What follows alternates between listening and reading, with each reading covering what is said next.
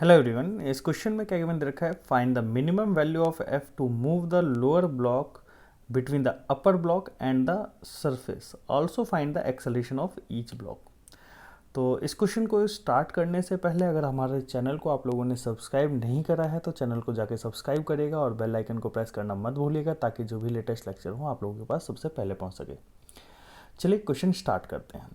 देखिए, जब भी कोई एनएलएम या फ्रिक्शन से रिलेटेड कोई क्वेश्चन आता है तो सबसे पहले हमें क्वेश्चन का फ्री बॉडी डायग्राम बनाना होता है। तो चलिए इस क्वेश्चन का फ्री बॉडी डायग्राम बनाते हैं और फिर उसके बाद इस क्वेश्चन को स्टार्ट करेंगे। देखिए, अगर हम इस डायग्राम का फ्री बॉडी डायग्राम बनाएं तो यहाँ पे मैं अपर वाले ब्लॉक को मैं लिख देता हूँ यहाँ पे 2 kg वाला ब्लॉक, ये 2 kg ब्लॉक, ठीक है।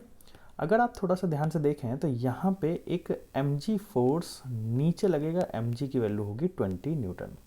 इस पे एक नॉर्मल फोर्स लगेगा N1 जो कि mg को बैलेंस करेगा, तो N1 की वैल्यू भी 20 न्यूटन होगी। क्लियर। फिर हम बात करते हैं लोअर ब्लॉक की। तो लोअर ब्लॉक की अगर मैं बात करूं तो यहाँ पे इसका मास है 3 kg। क्लियर। यहाँ पे अगर मैं बात करूं तो यहाँ पे भी N1 फोर्स लग रहा होगा, N1 फोर्स नीचे की ओर लग रहा होगा जिसकी वैल्यू होगी 20। और इस 3 kg वाले ब्लॉक का भी नीचे की ओर वेट लग रहा होगा, that is mg, that is equal to 30 newton, ठीक है।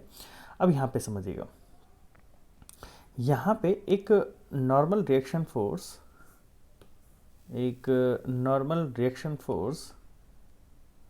इस डायरेक्शन में मैं बना देता हूँ, ये नॉर्मल रिएक्शन फोर्स, इसको थोड़ा सा मैं इधर बना देता हूँ, चलिए यहाँ पे, ठीक, या फिर इसको थोड़ा सा नीचे ही बना देता हूँ, ठीक है। चलिए, तो यहाँ पे नॉर्मल रिएक्शन N2 फोर्स की वैल्यू कितनी होगी, तो N2 की वैल्यू अगर आप थोड़ा सा ध्यान से देखें, N1 plus 30 that is equal to, अगर मैं देखूँ तो ये N2 की वैल्यू हो जाएगी 50 न्यूटन। चलिए, हमें N2 और N1 की वैल्यू पता लग गई, ठीक है, क्योंकि फ्रिक्शन निकालने के लिए हमारे पास सबसे ज़्यादा नॉर्मल रिएक्शन की ज़रूरत होती है। अब यहाँ पे हम बात करेंगे फोर्सेज की।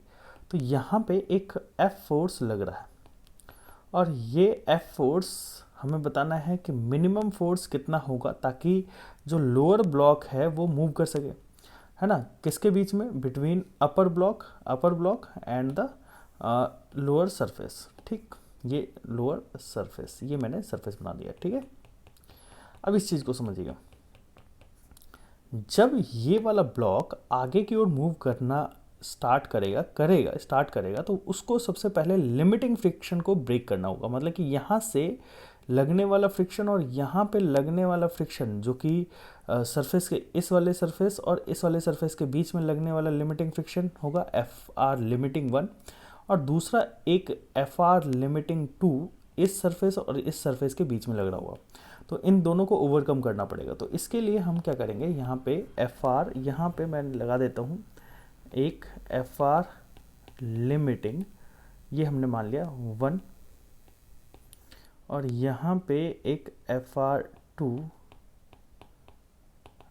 लिमिटिंग। क्लियर। तो अब यहाँ पे F फोर्स की वैल्यू कितनी हो जाएगी, यहाँ पे F फोर्स की वैल्यू हो जाएगी, कम से कम इतना फोर्स होगा, ये F फोर्स कम से कम इन दोनों फोर्स के बराबर होगा, तभी उस कंडीशन में ये ब्लॉक मूव करेगा, ठीक है ना।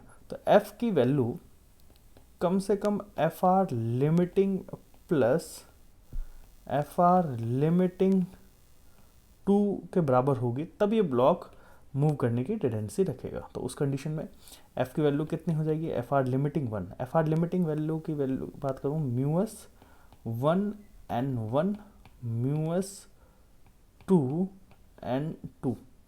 तो अब म्यूएस 1 की वैल्यू की बात करता हूँ, तो म्यूएस 1 की वैल्यू है 0.3, डेट इज 0.3, और N1 की वैल्यू है यहाँ पे 20।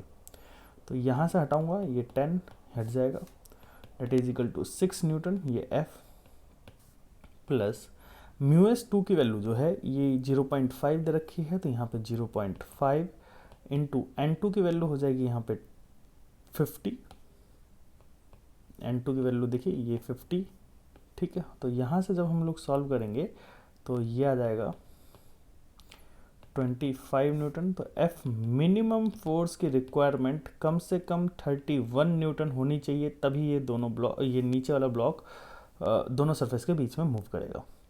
क्लियर। अब यहाँ पे अब जब ये मूव करने लग जाएगा, ये वाला ब्लॉक आगे की ओर मूव करने लग जाएगा, तो यहाँ पे इन दोनों सरफेस के बीच में रिलेटिव स्लाइडिंग होगी, और जब इन दोनों सरफेस के बीच में रिलेटिव स्लाइडिंग होगी तो यहाँ पे लगने वाला फ्रिक्शन होगा काइनेटिक नेचर का, और इस वाले सरफेस और इस वाले सरफेस के बीच में भी काइनेटिक फ्रिक्शन होगा। तो हम इस चीज़ का फ्री बॉडी डायग्राम बना लेते हैं। तो सबसे पहले हम बात कर रहे हैं ऊपर वाले ब्लॉक के। Now acceleration of each blocks, तो क्या होगा एक्सेलरेशन ऑफ ईच ब्लॉक। तो हम बात करते हैं सबसे पहले 2 kg वाले ब्लॉक की। This is 2 kg block. जब हम 2 kg वाले ब्लॉक की बात करेंगे तो यहाँ पे लगने वाला फ्रिक्शन होगा काइनेटिक FRK1,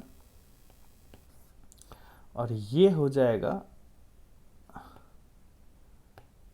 3 kg वाला ब्लॉक, और यहाँ पे लगने वाला फ्रिक्शन होगा FRK2, ठीक है, नहीं FRK1। यहाँ पे लगने वाला फ्रिक्शन होगा FRK2, यहाँ पे लगने वाला फोर्स होगा F। तो और ये आगे की ओर A2 एक्सेलरेशन से मूव कर रहा होगा, ये A1 एक्सेलरेशन से मूव कर रहा होगा। तो ऊपर वाले ब्लॉक का एक्सेलरेशन क्या होगा, FRK1 is equal to 2 into A1। FRK1 की वैल्यू कितनी होगी, that is mu K1 into N1। Mu K1 की वैल्यू कितनी है यहाँ पे, म्यू K1 की वैल्यू है 0.2 इंटू 0.2 इंटू N1 की वैल्यू हो जाएगी 20 टू A1। तो यहाँ से पॉइंट हटाएंगे तो ये 10, और यहाँ हो जाएगा 4 divided by 2, that is 2 metre per second square. This is A1। तो acceleration of A1 is equal to 2 metre per second square. I hope आप लोगों को ये पॉइंट समझ में आया होगा। अब हम बात करते हैं इस 3 kg वाले ब्लॉक की, है ना। फॉर ब्लॉक 2 kg, यहाँ पे मैंने लिख दिया ये 2 kg वाले ब्लॉक की बात करी। अब मैं बात करता हूँ फॉर ब्लॉक 3 kg। तो 3 kg वाले ब्लॉक के लिए मैं इक्वेशन क्या लिखूंगा, F minus FRK1 minus FRK2 is equal to 3 into A2। F की वैल्यू है 31, FRK1 की वैल्यू हो जाएगी यहाँ पे 4, और माइनस FRK2 की वैल्यू हो जाएगी mu K2 into N2 is equal to 3 into A2। Clear.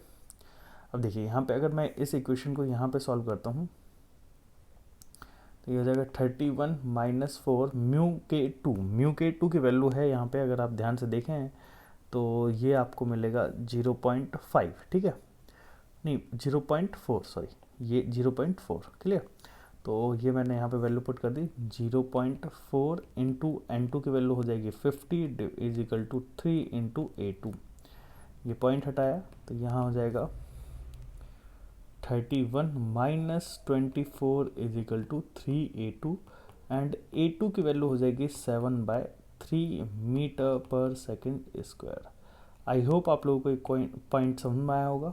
ऐसे ही वीडियो लेक्चर्स देखने के लिए हमारे चैनल को जरूर सब्सक्राइब करिएगा, बेल आइकन को प्रेस करना मत भूलिएगा, ताकि जो भी लेटेस्ट लेक्चर हो आप लोगों के पास सबसे पहले पहुंच सके।